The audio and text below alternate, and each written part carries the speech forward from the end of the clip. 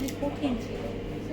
তো কিন্তু মার কখনোই আমি বলতে পারবো না যে মা কখনো কোনো কিছুতে আমাদের অবহেলা করেছে। যে আমরা কিছু একটা চেয়েছি, মা কখনো না করে। বা আমরা কিছু একটা আবদার করেছি, মা কখনো না করেনি। কিন্তু এখন যখন আমি নিজেও মা এবং এই বয়সে এসে তখন ভাবি যে ওই সময়টা মার জন্য অনেক কঠিন ছিল এবং মা সব কিছু কখনোই আমাদেরকে বুঝতে দেয়নি। তো আমার একটা ক্ষুদ্র প্রচেষ্টা এটাই ছিল যে মাকে, আমার এই বইয়ের মাধ্যমে মাকে মনে করা, মাকে বলা যে মা তোমাকে আমি অনেক ভালোবাসি। বিকাল থেকে দেখে আসছি এখন পর্যন্ত আরমান ভাইয়ের নামটা বারবার মুখে নিচ্ছি। সাপোর্টিভ কতটুকু স্বামী হিসেবে?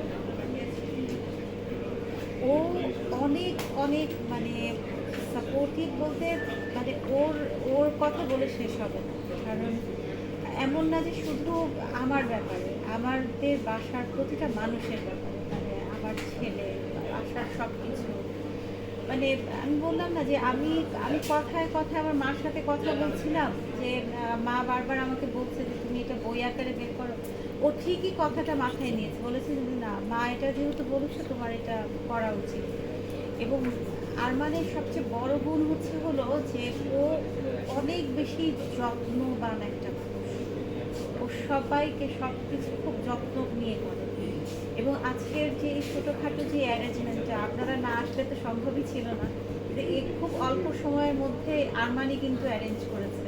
এবং আরেকটা কথা না বললেই না যে আজকে আরমানির শারীরিকভাবে কিন্তু ও খুব একটু একটু অসুস্থ, মানে ওর একটা অপারেশন হয়েছে। এই অপারেশনের আজকে কিন্তু 4 দিন।